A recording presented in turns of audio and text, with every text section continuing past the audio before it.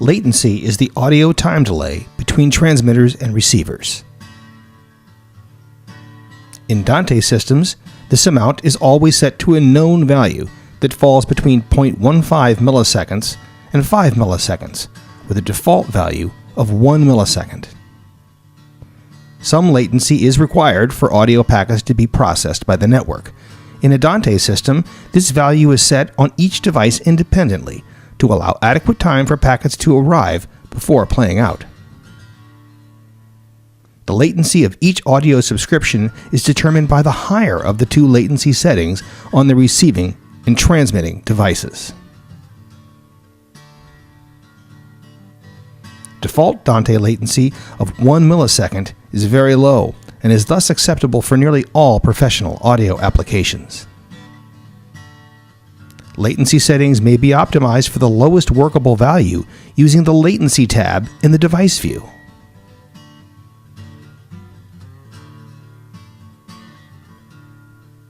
The Latency tab for a device shows a dynamic histogram for each transmitter from which it is receiving audio. The latency histogram of the FOH console device is shown here. The FOH console is only subscribed to one transmitter, StageBox. The histogram shows the amount of time that packets are taking to go from StageBox to FOH console. The latency setting for this subscription is currently at 1 millisecond, but audio packets are all arriving well before that. The latency for this subscription thus may be safely reduced to 0.5 milliseconds. And because Dante latency always uses the larger of two latency values, we must adjust the latency for both transmitter and receiver. Let's do that now. Setting each one to be 500 microseconds or 0.5 milliseconds.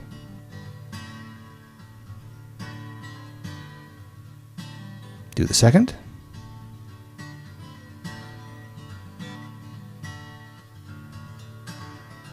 And take a look at our histogram again.